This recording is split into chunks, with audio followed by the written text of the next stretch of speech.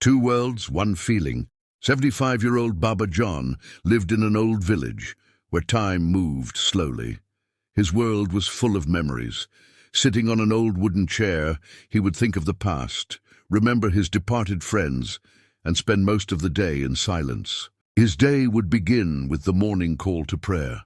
He would go to the mosque and pray, then come home and recite the Quran and watch the sunrise with a sip of tea. For them, life was like a circle, rotating between the memories of the past and the reality of the present. Baba Jan would often look at village trees, old houses and fields, as if he wanted to say something to them.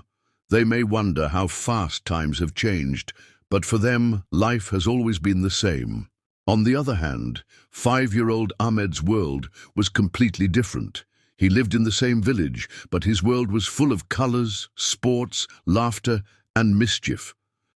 As soon as he woke up early in the morning, he would run outside, chase butterflies, play with friends, and find novelty in everything. For Ahmed, the world was a big wonder, where everything had to be explored. Climbing trees, splashing water, building mud houses, and chasing birds were all part of his interests. One day, Ahmed reached Baba John's yard while he was playing. "Baba, why are you always sitting here?" Ahmed asked innocently. Baba John thought for the first time that he could step out of his own world and step into Ahmed's world. The next day, Ahmed took their hands and pulled them along.